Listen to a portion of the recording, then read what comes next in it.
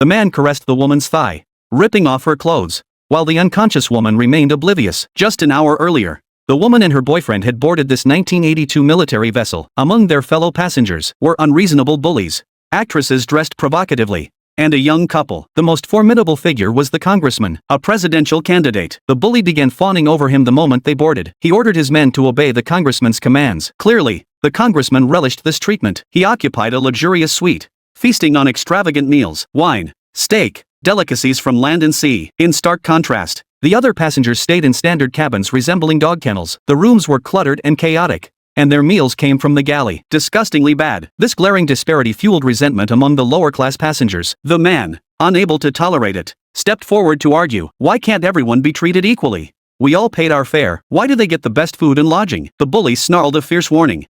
한 번만 더 나서면 그땐 바다로 던져버릴 거야. But the man's actions ignited widespread discontent. They swarmed the councilman's cabin, demanding the captain treat everyone fairly. To preserve his public image, the councilman made a statement. Starting tomorrow, he would eat cafeteria food and sleep in the cramped quarters like everyone else. Only then did the crowd feel satisfied and disperse. But no one noticed. An old man in the corner silently gathered dirt and leftover scraps. Come nightfall, the ship erupted in extravagant revelry. Champagne, beautiful women, gambling, all in orderly chaos. The politician smoked on deck, seemingly lost in state affairs. But his mind plotted abduction. He eyed the women below with sinister intent. The bully read his thoughts. To secure his own position, he led his men to the woman's cabin, forcibly taking her away. When her boyfriend resisted, the thug stabbed him dead and tossed his body into the sea. Then the thug carried the woman into the parliamentarian's cabin, where the parliamentarian's beastly acts began. When the parliamentarian's son rushed in upon hearing the commotion, and barely exchanged a glance with his father, before the bully shoved him into the room, staring at the naked woman, the man froze. Then his hand slid up her calf,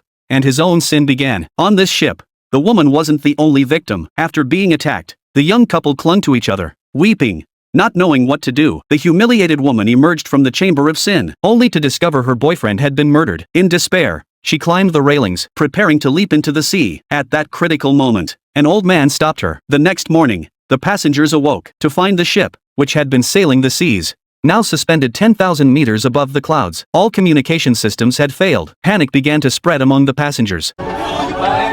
Only the old man silently observed everything, as if he had known all along. The woman entered the old man's room and discovered 2 newborn chicks. She asked him what had happened, but he remained silent, continuing to bury seeds in the soil. In that instant, she understood. おじいさんはここがどこだか分かってるんですよね。